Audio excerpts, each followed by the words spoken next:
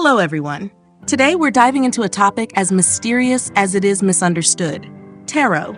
You've probably seen tarot decks in movies, TV shows, or maybe even in a friend's hands. But what's the real story behind these intriguing cards? Are they magical, tools for divination, or simply misunderstood works of art? Let's start where it all began. Tarot cards as we know them today emerged in 15th century Europe. Initially, they were designed as playing cards for a game called Tarocchi, which was popular among the nobility. Early decks, like the Visconti-Sforza deck, were beautifully illustrated and used purely for entertainment. It wasn't until the 18th century, thanks to French occultists like Antoine Court de Gébelin, that tarot became associated with mysticism and the occult. By the 19th century, significant figures, such as Eliphas Levi and Arthur Edward Waite, transformed tarot into the spiritual tool many recognize today. Waite's collaboration with artist Pamela Colman Smith gave rise to the Rider-Waite-Smith deck, a cornerstone of modern tarot reading. In this video, we'll debunk some of the most common myths about tarot and shed light on what it is and isn't. By the end, you'll have a clearer understanding of tarot's true purpose, origins, and how people use it today. Myth 1. Tarot can predict the future with certainty. Reality. Tarot isn't a crystal ball. The cards don't dictate your fate. Instead, they provide insights into your current path and possible outcomes. Think of tarot as a mirror reflecting your subconscious thoughts and energies. The future remains fluid, shaped by your decisions and actions. Myth 2. Tarot is only for predicting the future. Let's start with the most common belief. Tarot is solely about fortune-telling. While tarot can sometimes offer glimpses of what might be, this isn't its primary purpose. Think of tarot as a mirror reflecting your thoughts, emotions, and subconscious patterns. It's more about self-reflection than divination. Every card in a tarot deck represents universal themes and archetypes, things like transformation, challenge, and growth.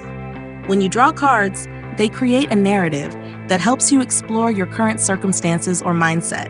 For example, pulling the Tower card doesn't mean your life is about to collapse, but may suggest a period of upheaval or significant change that leads to growth.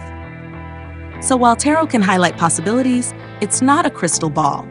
Instead, it's a tool for introspection and decision-making. Myth 3. Tarot is a form of magic or witchcraft. Here's a spicy take: the idea that tarot is inherently magical or tied to witchcraft. This misconception stems from historical periods when anything mysterious or not fully understood was labeled occult. In reality, tarot has no intrinsic connection to magic or any particular religion. The tarot deck as we know it originated in 15th century Europe as a card game called Tarocchi. It wasn't associated with mysticism until the 18th and 19th centuries. This shift was largely thanks to Antoine Court de Gébelin, who believed the cards had origins in ancient Egypt. Spoiler, they don't. Modern tarot owes much of its framework to the 19th century mystical society, the Hermetic Order of the Golden Dawn. Today, tarot can be used by anyone, regardless of their spiritual beliefs or lack thereof. It's more about intention and interpretation than magic. Myth 4. You need to be psychic to read tarot. This is a big one. The belief that you need some kind of supernatural ability to read tarot cards. The truth? Anyone can learn to read tarot.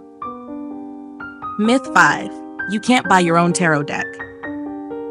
One of the most persistent myths is that your first tarot deck must be gifted to you. This belief likely stems from ancient traditions where spiritual tools were considered more potent when passed down.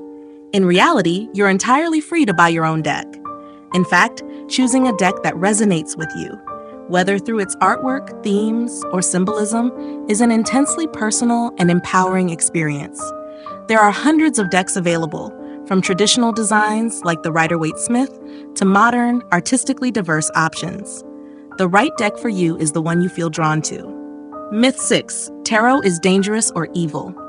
This myth often arises from fear or misunderstanding. Some people worry that using tarot invites negative energies or opens doors to harmful forces.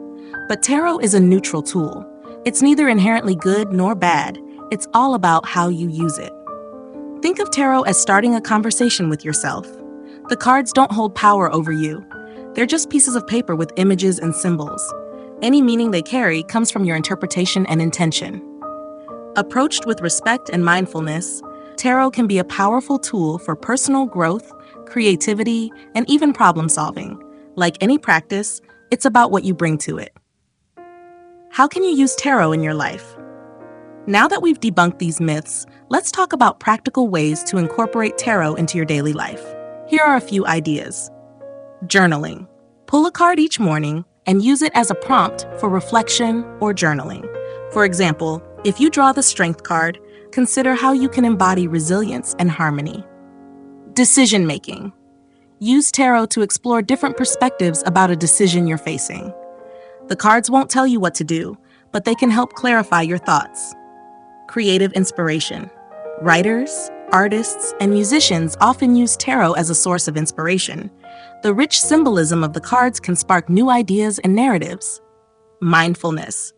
Tarot can be a tool to ground yourself and stay present. A simple one-card reading can help you check in with your emotions and intentions. Tarot is a versatile and deeply personal tool that can be as mystical or practical as you make it. It's not about predicting disasters or summoning spirits. It's about connecting with yourself, exploring your inner world, and finding clarity amidst life's chaos. A standard tarot deck consists of 78 cards divided into two main categories. Major Arcana, 22 cards. These cards, like the Fool, the Lovers, and Death, represent significant life events or overarching themes. They delve into the big picture aspects of life. Minor Arcana, 56 cards. These are divided into 4 suits: Cups, Pentacles, Swords, and Wands, each representing different aspects of daily life. Cups focus on emotions and relationships. Pentacles deal with material matters like work and finances.